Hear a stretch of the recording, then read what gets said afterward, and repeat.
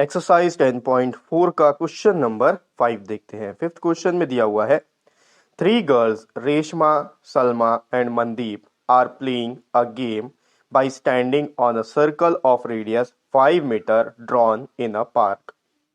Reshma throws a ball to Salma, Salma to Mandeep, Mandeep to Reshma.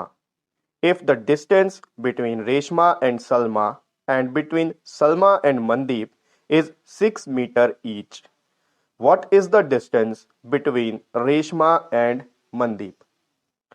देखो question थोड़ा सा आपको समझना पड़ेगा और मैं समझा रहा हूं, आप ध्यान दोगे तो बहुत आसान है, क्वेश्चन आप इजीली सॉल्व कर सकते हो। एक पार्क है, उस पार्क के अंदर एक सर्कल बना हुआ है, उस सर्कल का रेडियस 5 मीटर है। अब 3 लड़कियां हैं, रेशमा, सलमा और मनदीप। ये तीनों उस पार्क के जो सर्कल बना हुआ है पार्क में, उसमें खेल रही हैं। तो ये जो तीनों हैं उस सर्कल के कुछ पॉइंट्स में खड़े हैं और कितने डिस्टेंस में? रेशमा से सलमा का जो डिस्टेंस है वो 6 मीटर का है और सलमा से मनदीप का जो डिस्टेंस है वो भी 6 मीटर का है उस सर्कल में। अब आपको ये फाइंड आउट करना है कि रेशमा से मनदीप के बीच का डिस्टेंस कितना है। ठीक है, बहुत सिंपल क्वेश्चन है। कैसे सॉल्व करेंगे, चलिए व्हाइट बोर्ड में देखते हैं। देखो, सॉल्यूशन स्टार्ट करने से पहले एक कॉन्सेप्ट है जो अपन पहले पढ़ चुके हैं, उसके बारे में मैं आपको याद दिला दूं। एक क्वाड्रिलेटरल होता है इस तरह के शेप का। अब ये जो शेप है इसको हम लोग काइट बोलते हैं। ठीक है, काइट क्यों बोलते हैं? इस काइट की खास बात ये होती है कि इसके जो एडजेसेंट साइड्स होते हैं वो इक्वल होते हैं। ये इसके इक्वल होगा और ये इसके इक्वल होगा, लेकिन जो ऑपोजिट साइड्स होते हैं ये आपस में इक्वल नहीं होते हैं। ये शेप है काइट। अब इस काइट का रिलेशन हमारे क्वेश्चन से है, वो मैं आपको बाद में समझाऊंगा। अगर इस काइट के कॉन्सेप्ट को आप समझ जाते हो तो आप बहुत आसानी से सॉल्व कर पाओगे। अगर आप ध्यान नहीं दोगे, अगर यह चीज आपको समझ में नहीं आएगा, तो एक पॉइंट आएगा इसके सॉल्यूशन में जहां पर आके आप अटक जाओगे, आपको समझ में नहीं आएगा कहीं आगे करना क्या है। ठीक है, तो देखो ये जो काइट है इसके जो दो डायगोनल्स होते हैं, ये डायगोनल और ये डायगोनल, ये परपेंडिकुलर बाइसेक्टर होते हैं, यानी कि ये 90 डिग्री का एंगल तो फॉर्म करेगा और साथ में ये वाला पार्ट इसके इक्वल हो जाता है। ठीक है, ध्यान देना, ये पार्ट इसके इक्वल हो जाता है। ठीक है, यही कॉन्सेप्ट अब हम लोग अपने क्वेश्चन में यूज करेंगे, जहां सॉल्यूशन हम जो सॉल्व करेंगे उसमें यूज करने वाले हैं। तो ये चीज अगर आपको अच्छे से समझ में आ गया तो बहुत अच्छी बात है। मैं इसको रब करता हूं और अपन सॉल्यूशन को स्टार्ट करते हैं। देखो, पार्क के अंदर एक सर्कल है। अब इस सर्कल का जो रेडियस है वो 5 मीटर का है, क्वेश्चन में आपको गिवन है। 3 लड़कियां हैं जो एक दूसरे के डिस्टेंस में खड़ी है, 6 मीटर के डिस्टेंस पे। तो अपन सपोज कर लेते हैं यहां पर कहीं पर रेशमा है, रेशमा को अपन आर से डिनोट कर लेते हैं। यहां कहीं पर सलमा है, सलमा को एस से डिनोट कर लेते हैं और यहां पर कहीं पर मनदीप है। ठीक, अब इन सबके बीच का जो डिस्टेंस है वो 6 मीटर का है, यानी कि यहां से ये जो डिस्टेंस है 6 मीटर का होगा, यहां से ये डिस्टेंस भी 6 मीटर का होगा।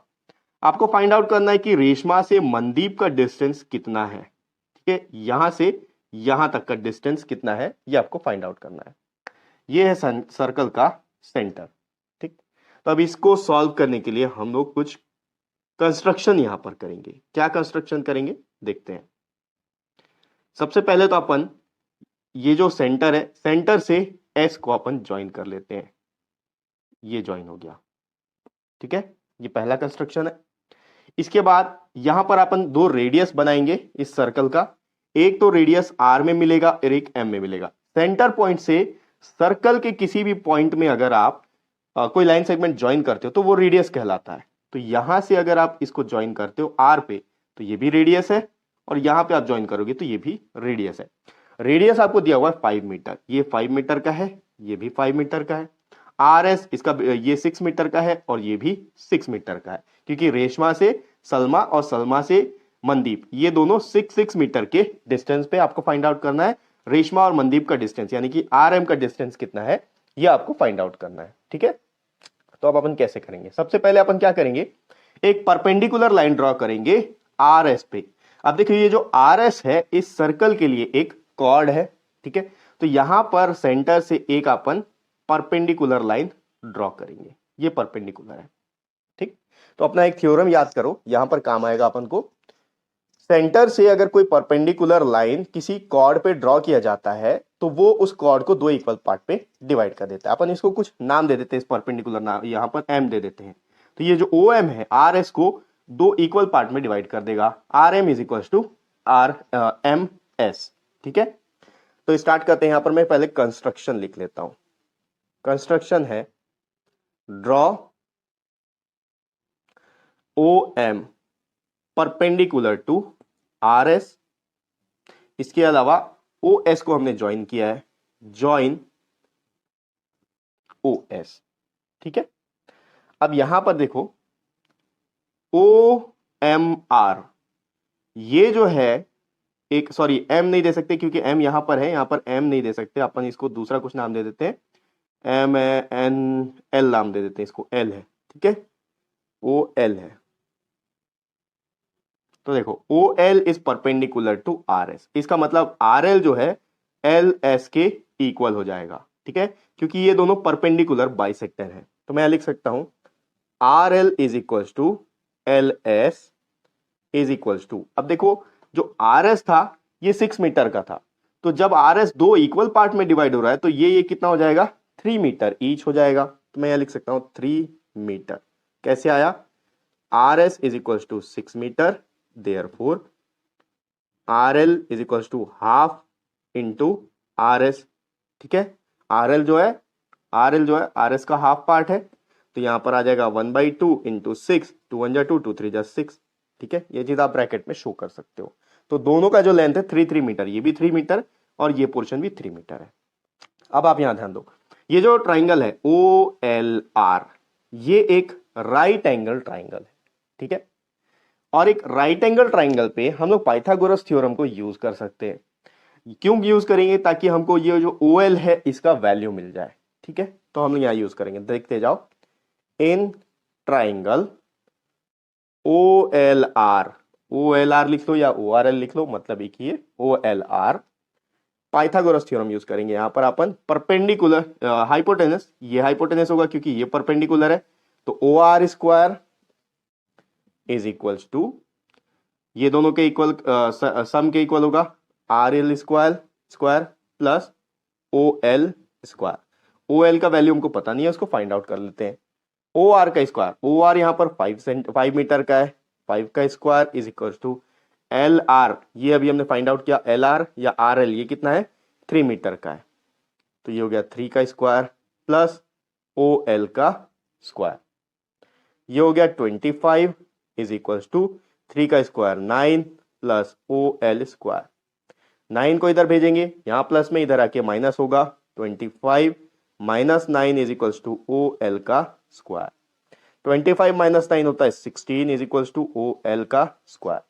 अब यहां पर ओ एल का वैल्यू चाहिए, ओ एल स्क्वायर का वैल्यू है, तो इसका स्क्वायर रूट फाइंड आउट करेंगे। तो मैं इधर लिख लेता हूं O L is equal to under root 16 या O L is equal to 4, क्योंकि 16 का स्क्वायर रूट 4 होता है। तो ओ एल का वैल्यू मिल गया 4 मीटर। ठीक है, अब देखो, अब यहां पर ये जो ट्राइंगल है अपने पास ओ आर एस, इसका हम लोग एरिया फाइंड आउट करेंगे और 2 बार करेंगे। ट्राइंगल एरिया का, सॉरी एरिया ऑफ ट्राइंगल का जो फॉर्मूला होता है half into base into height होता है। हाइट किसको बोलते हैं, जो परपेंडिकुलर लाइन होता है। तो ओ आर एस, यहां पर एक बार आर एस को बेस लेकर हम लोग इसका हाइट इसका एरिया फाइंड आउट करेंगे। उसके बाद हम लोग ओ एस का बेस लेकर इसका एरिया फाइंड आउट करेंगे। ठीक है, जो काइट वाला मैंने कॉन्सेप्ट आपको बताया वो यहां कैसे यूज होगा अभी मैं आपको बताऊंगा। पहले हम लोग क्या करते हैं, ओ आर एस का एक एरिया फाइंड आउट करते हैं। Area of triangle O R S, ये जो परपेंडिकुलर का वैल्यू अभी हमने फाइंड आउट किया है ना यहां पर, वो इसलिए किया ताकि यहां पर हम लोग ओ आर एस का एरिया फाइंड आउट कर सकें। ठीक है, ये होता है area of triangle half into base into height. अब अगर हम लोग बेस इसको लेंगे आर एस को, तो क्या हो जाएगा यहां पर 1/2 इंटू आर एस इंटू, अगर इसको बेस ले रहे हैं तो ये हाइट हो गया इसका ओ एल, वैल्यू पुट करो 1/2 इंटू आर एस का वैल्यू 6 मीटर है, इंटू ओ एल का वैल्यू अभी फाइंड आउट किए 4, 2 1 जा 2, 2 2 जा 4, 6 2 जा 12, ये आ गया 12 मीटर स्क्वायर। अब ये किसका एरिया है, ओ आर एस का। अब इस ORS का जो स्क्वायर एरिया है हम लोग थोड़ा दूसरे तरीके से फाइंड आउट करेंगे। कौन से तरीके से? यहां देखो, अगर हम लोग OS को बेस ले लें, OS को बेस लेंगे तो हाइट क्या हो जाएगा इसका? यहां पर अब आप थोड़ा सा ध्यान दो, जो काइट वाला कॉन्सेप्ट मैं आपको बताया था यहां पर यूज होगा। इसको ध्यान से देखो, ORSM ये एक काइट फॉर्म कर रहा है क्योंकि इसके एडजेसेंट साइड्स इक्वल है। ऊपर के जो दो साइड्स है 5-5 मीटर के, नीचे के जो दो साइड्स हैं ये 6-6 मीटर के हैं। तो एडजेसेंट साइड्स आपस में इक्वल है, इसका मतलब ORSM एक काइट है। मैं यहां लिख लेता हूं, ORSM इज अ काइट। ठीक है, ये जो क्वाड्रिलेटरल है एक काइट है। अब मैं आपको बताया था कि क्वाड्रिलेटरल का जो काइट का जो डायगोनल होता है वहां पर ये वाला जो रहता है ये परपेंडिकुलर बाइसेक्टर का काम करता है, यानी कि ये 90 डिग्री का फॉर्म हो गया और ये वाला पार्ट इसके इक्वल हो जाता है। ठीक है, देखो ये पार्ट इसके इक्वल नहीं होगा, ये पार्ट इसके इक्वल दिख रहा है आपको। ठीक है, ये इसके इक्वल होगा। तो यहां पर देखो आर, यहां पर कुछ नाम दे देते हैं, MN दे देते हैं। RN जो है NM के इक्वल होगा। OSRM is a kite, therefore यहां पर आप लिख सकते हो RN is equals to NM। ठीक है, तो यहां पर आपको दो चीज पता चला कि ये एक परपेंडिकुलर लाइन है, RN जो है OS के ऊपर परपेंडिकुलर है, इसके अलावा RN जो है NM के इक्वल है। ठीक, इसको यही छोड़ते हैं। अब यहां पर फिर से एक एरिया निकालेंगे इस ट्राइंगल का। Now again area of ORS का फिर से एरिया निकालेंगे, लेकिन इस बार हम लोग बेस लेंगे OS को। पहले जब हम लोग एरिया फाइंड आउट किए उस समय बेस लिए थे RS को, अब बेस लेंगे OS को।